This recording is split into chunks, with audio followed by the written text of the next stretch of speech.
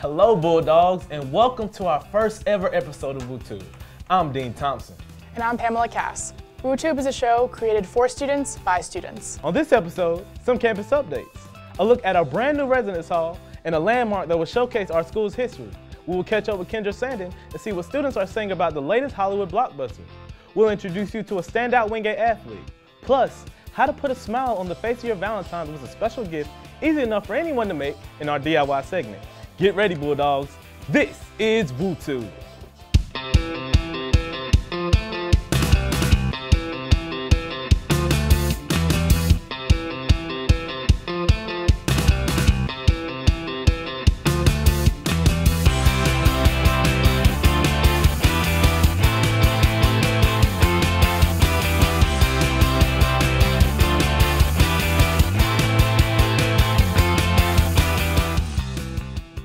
It's no secret to anyone who steps on Wingate University's campus that there are several construction projects in process. The Bat Center will have some new additions to its building, including a new art gallery and new space for the Wingate University Music Department. A new residence hall is in formation next to Cannon Residence Hall. It will be housing for the incoming class of 2019. And in tribute to history of the university, the Wellspring Tower has begun to take shape in the center of campus, across the McGee Promenade. This tower represents the spring that the founders of Wingate built the school around. A new exhibit of art has been added to the Helms Gallery in the Bat Center. The original artwork by Rembrandt is nearly 400 years old. It was donated to the university by Dr. Bates. Rembrandt van Rijn was a 17th century artist whose work came to dominate what is known as the Dutch Golden Age. Hundreds of people turned out to hear award-winning singer and Rock and Roll Hall of Famer Mavis Staples. Staples performed at the Bat Center late last month. Staples engaged in the civil rights protest with the song Freedom Highway, but crossed over to pop with the chart-topping singles I'll Take You There and Let's Do It Again. Who ever said that you can't buy love? This year's SAC date auction is quickly approaching, and if it's anything like last year's, then it's sure to be a crowd pleaser. Each year, the Student Athletic Advisory Committee solicits the help of student athletes and student leaders in an attempt to raise money for the Make-A-Wish Foundation. Last year, one student even went for $250. Her name was Pamela Kass. I was just as shocked as you were, Dean, but it was a really great experience for a great cause. I'm sure you were. This year's date auction is on February 9th at 7:30 in the Austin Auditorium. Make sure you're there. A new Buffalo Wild Wings opened in Monroe on February 2nd. The first 100 people in line received free chicken for a year. Yeah, every week, 6 wings per week. It's probably nothing more than that. I'm gonna get some water so everything will be free. I didn't really care who won the Super Bowl, so decided to come here and hang out in the rain, and it wasn't too cold. I'm really excited about the free wings. You know, college student, I like free stuff. We'll see if it was worth it. I'm really tired, but so far it was worth it, yeah. A sporting event is one of the few places where it is socially acceptable to yell and scream, but not at the annual silent game. Each year when the Catawba Indians arrive at Cuddy Arena, they are met by a silent Wingate fan section. That is until the Bulldogs score their 7th point, and then all bets are off. The silent game is quickly becoming a Wingate basketball tradition that fans and players alike look forward to. Students gathered in the Dixon Palmer Center to watch the Super Bowl 49 in new and improved Ames turnout. Complete with several 70-inch TVs, new comfortable seating, and catered food, students enjoyed the SGA-sponsored event. We started with a bunch of focus groups kind of asking students what they wanted on campus, and what we kept getting back was someplace students could hang out. Where could they go that was open all the time? I really like the new Ames turnout. All the new furniture, it's a very welcoming atmosphere. It's a cool lounge, so it's going to be quiet at times, but all other times it's a good meetup place for a lot of friends and events like this. I think this is a great opportunity to show off the new Ames turnout and all the hard work that SGA put into it. And I'm also really excited about all the food that we're getting to eat tonight and being able to socialize with all my friends. When we come back, Jasmine DeBerry introduces us to a star athlete, who she is off the court, and what her plans are after college. Your extraordinary future begins at Wingate University with more than 35 undergraduate majors and graduate and professional programs in the health sciences, business, and education. Wingate University's enrollment has mushroomed and construction has skyrocketed in the past 2 decades. And Wingate is the 6th best value in the South, according to U.S. News and World Report. Most importantly, Wingate graduates get jobs. They're working all over the Carolinas and the U.S. Major in a great life at Wingate University. Welcome back. In just a short time, forward Andrea Bertrand has helped pull in some big wins for Wingate women's basketball team. But in this sports spotlight, Jasmine DeBerry learns what drives Andrea off the court. Andrea Bertrand transferred to Wingate with only 1 year of eligibility, but she is making that 1 year count. As the Bulldogs starting center, she is averaging 9.6 points per game and 5 boards per competition. Her Wingate career high came in the December matchup between Wingate and Mars Hill, where Bertrand scored 24 points and the Bulldogs' 73-64 victory. She also recorded 17 points in the 62-47 win against conference rivals Catawba. Under goes Drea Bertrand, and she finishes at the cup to tie us at 2. And I'm joined here with Andrea Bertrand. Thanks for being here today. Thanks for having me. Glad to be here. So this week you're SAC Player of the Week and Downtown Monroe Athlete of the Week. Tell me about those 2 games, Catawba and Brevard, that got you those accolades and how you're feeling about having this goal accomplished. I'm very excited about it. I didn't think I would come in, my first year here and do something like that. And with the Catawba game, we wanted to get revenge on them from the first game of the season. And then the Brevard game was just important to get that win under our belt. So I was just glad I could help the team get the win. I know basketball is a big part of your life and you've been playing for a while. Can you tell me about a specific game or time when you just knew that basketball was going to be something that you could go to in hard times and something that's going to be a big part of your life? I knew it was going to be important from a pretty young age. Not, I wouldn't say like rec league, but probably around middle school when, you start to think about your future and if you want to keep playing. It was more so how I could use the game to help further my education. And my dad was always telling me, like, you need to go to college and get that education, and I found basketball was a way to do that and then lessen the burden on them so they wouldn't have to pay my tuition. I don't think there's any really specific game or moment, but it was just kind of that time period that I knew it was going to be important. Mm-hmm. Well, speaking of your education, you're here pursuing your master's degree. Tell us how you ended up at Wingate with this great opportunity to still play basketball and start that part of your career. So I started my career at Concord University, which is in West Virginia, and I have my undergrad in accounting and marketing, but they didn't have an MBA program, and that's what I wanted to pursue. So actually my junior year I dislocated my shoulder, and at the time I didn't think anything positive would come out of it, but as I kept talking to people, and I realized that it could actually be a blessing in disguise. So when I was getting ready to graduate, my coach there obviously wanted me to stay, but it wouldn't make any sense for me to have another year of just a useless second major. And I got the opportunity to play and have 1 year of my graduate school paid for. So that's kind of how this all came about. So I know you got a chance to play college basketball somewhere else, but what has been your favorite part of playing college basketball here at Wingate? What makes this experience unique from any other experience? Wingate is a very special place, and also for me, playing with one of my old teammates from AAU, Brittany Hill, has made it even better. But Wingate team is just, it's just very different from other teams I've been on. Like, everyone has their own identity and can contribute something to the team. Like, we don't have to do everything together, but we're still meshed very well. And no one on the team is really selfish, so that helps when it comes to game time. And we're all supportive of one another. And I really like that about the team. Yes, I see that translates to the court with you guys' success this year. And so along with that, I know basketball takes up so much of your time day in and day out, but what do you like to do when you're not playing basketball? What do you enjoy to do in your spare time when your schoolwork is kind of laying low and you don't have much basketball to do? Actually, I really like to paint my nails. I actually did them specifically for today. So other than that, I actually also really like to crochet, and I guess that kind of makes me sound old, but it's something I learned from my mom, and she learned it from her mom, so that's kind of just a way for me to stay connected to them too. So. Mm-hmm. Well, I know family's kind of far in Virginia, and you don't see them as often, but it's very important to you, and I hear you talking about your mom. How important has your family support been in your whole college career, going from Concord to Wingate? How important has that been to you? It's been very important. You know, they've supported me throughout everything, and that's even with AAU, taking me on tournaments and just driving me everywhere I needed to go. But especially when I made the decision to redshirt, they were a big part of that, and then made the decision to transfer here. You know, it's just their support, and I don't think that I would be where I am without them. So I know you love the game. Obviously, you have a passion for the game. Just based on watching you play, you can see the passion you have. What is your favorite part of basketball? Is it the defense or the scoring or just being around the team?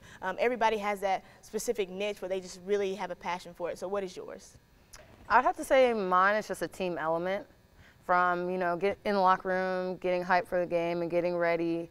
You know, some people can do it by themselves, and some people, you know, you have to have fun. And I think it's important to have fun as a team before the game, but, you know, you're still working hard. So that translates into the game. So you have that togetherness, and you're ready to go as a team. Mm-hmm.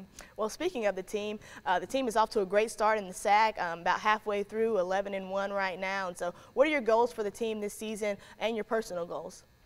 For the team, definitely want to finish out #1 and then going into conference tournament with confidence and win that.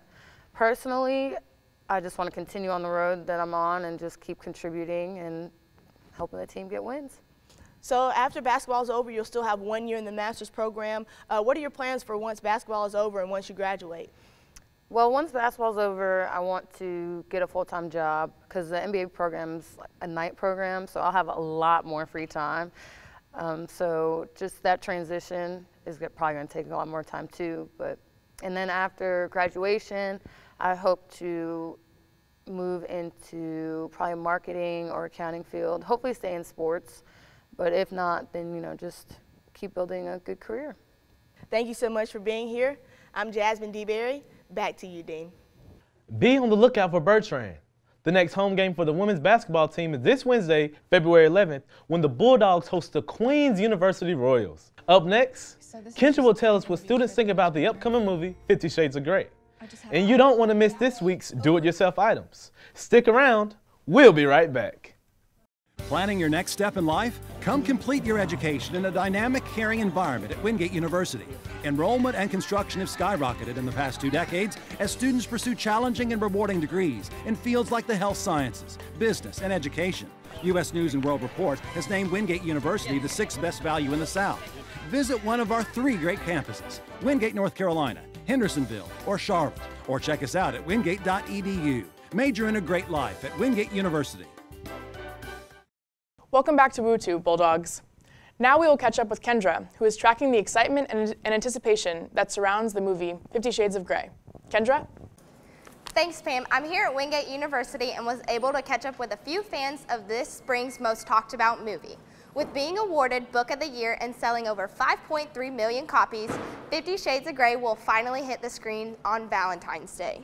The love story between a shy literature student, Anastasia Steele, played by Dakota Johnson, and a controlling, powerful businessman, Christian Grey, played as Jamie Duran, become more than what some bargained for. I am. I'm very excited for the premiere. When I actually bought my book, it came with a code that let me view the trailer earlier, and it was a special one, so I'm really excited for it to come out, and I bought my pre-sale tickets on February 1st.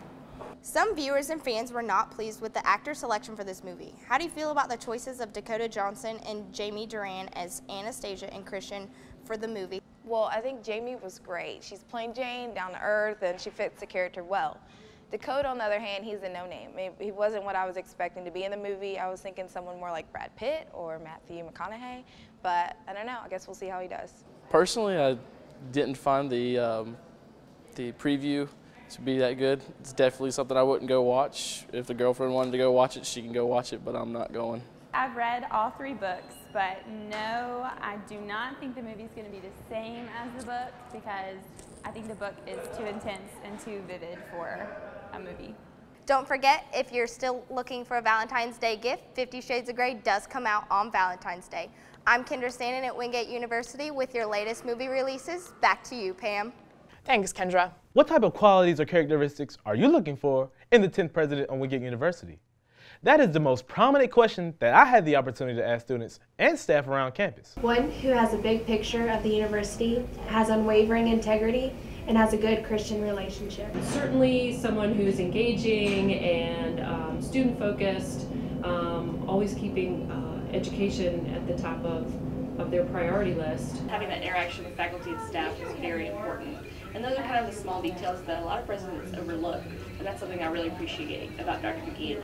So, Rebecca, what type of qualities or characteristics are you looking for in our next Wingate president? I'm really wanting someone who's going to be active on campus and really personable and friendly with the student body. I really want someone who responds to my tweets like Dr. McGee does.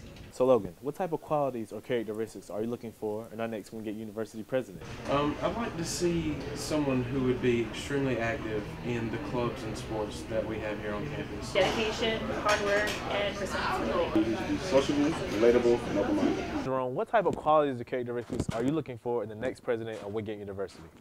Obviously, a president has to be strong, and that's the obvious thing. I think the second part is to have a president who is also outgoing and willing to come into the, and commit himself to the student body where we know him more as a person instead of just a presidential figure that's just sitting up on top.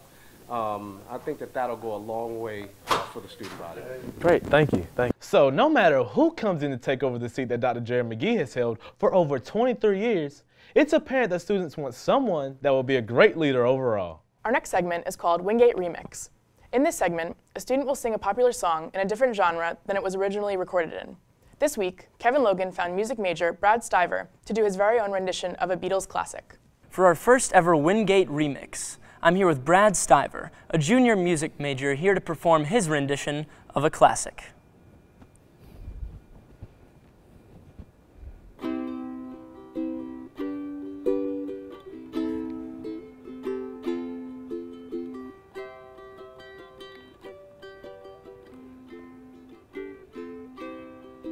When I find myself in times of trouble, Mother Mary comes to me, speaking words of wisdom, let it be. And in my hour of darkness, she is standing right in front of me, speaking words of wisdom, let it be. Let it be, let it be. Let it be, let it be. Speaking words of wisdom, let it be. And when the broken-hearted people come together and agree, there will be an answer, let it be. And though they may be parted, there is still a chance that they will see. There will be an answer, let it be. Let it be, let it be, let it be, let it be. There will be an answer, let it be. Let it be, let it be. Let it be, let it be. Speaking words of wisdom, let it be.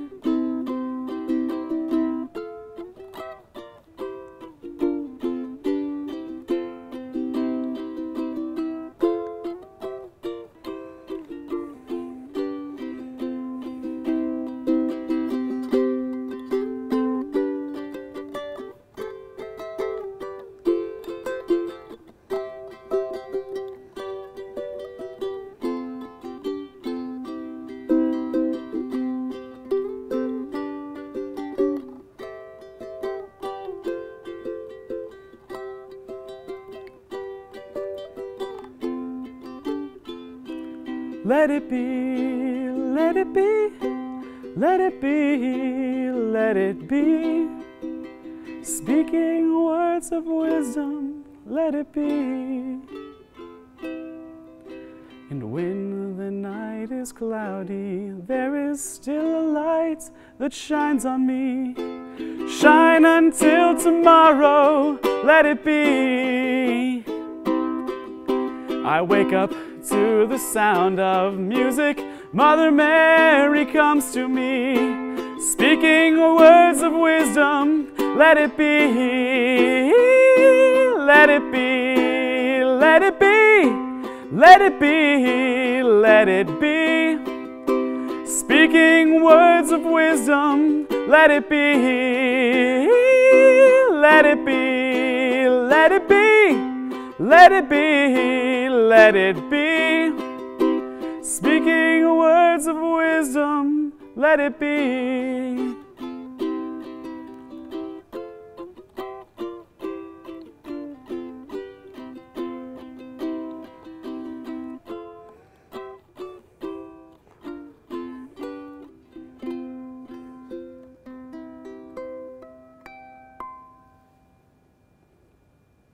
Thanks, Kevin and Brad.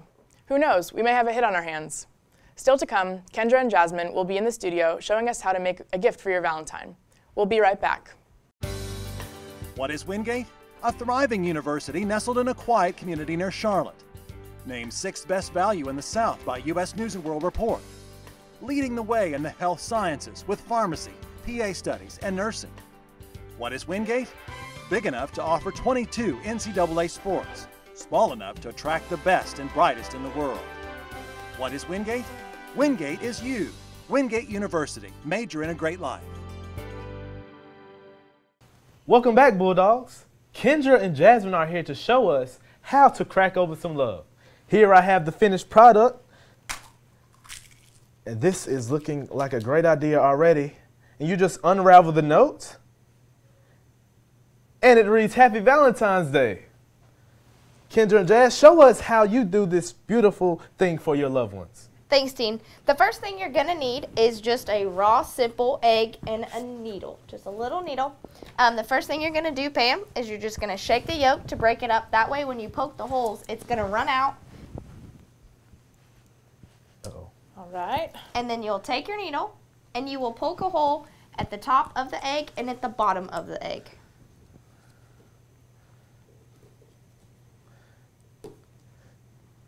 This is fun stuff right here, guys.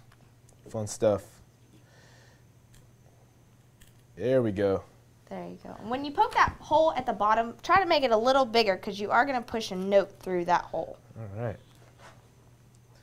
And you may have to spin the needle a little bit. You may not be able to poke right through, but it will go through. All right. That's it. Okay. There you go. Got it. Here we go. And as you can see, once you poke those holes, that yolk will drop out. That way, over the night, it'll run out of the egg, and you're ready to put the note inside of it. And you may need to blow on it just to get the yolk completely out. But once it is completely out, you have this hollowed out egg with 2 holes in it. Next, you will need a slender piece of paper and your own creative skills. You can write Happy Valentine's Day, you can write Be Mine, any type of joke you have between your loved one, whatever you want to write, feel free. And Pamela and Dean are going to write their own little notes today. Pam, what are you writing over there? Are you from Tennessee? Because you're the only 10 I see. Perfect, things like that. Good one, good one, good one.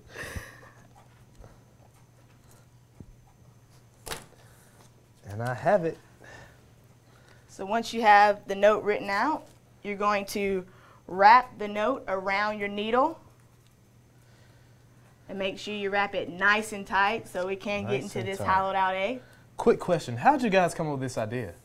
We actually saw this idea on Pinterest. I mean, it's a viewer's fan website. You can find many different DIY projects. They're cheap and they're easy. All you need is a carton of eggs that are $2 right at your grocery store. Nice. All right. So Dean is wrapping his note up as we speak. Slowly wrapping. I don't think it's going to be as tight, guys, but you know, I'm going to try to make it work. We'll make it work, and you'll probably need to go in, like we said from the beginning, you'll need to go in from the bottom, which the hole is bigger there. So once Pamela gets hers, we will have the note inside. There you go. And then just pop it right in there.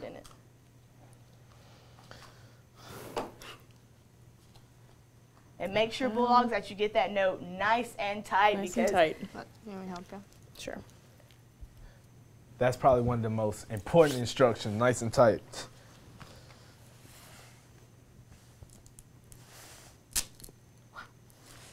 All right. There you go. And once you have that note in there, we'll move on to the next step. And with your next step, once you get your note inside the egg, you're going to take, let me see that egg. You're going to take your hollowed out egg with your note in it. And you're going to take whatever paint you have around. We're going to use pink because it is Valentine's Day. Oh, nice. And then just a simple paintbrush. And you're going to paint your egg. You can decorate it however you want. Polka dots, just a plain simple color. It is totally up to you. All right.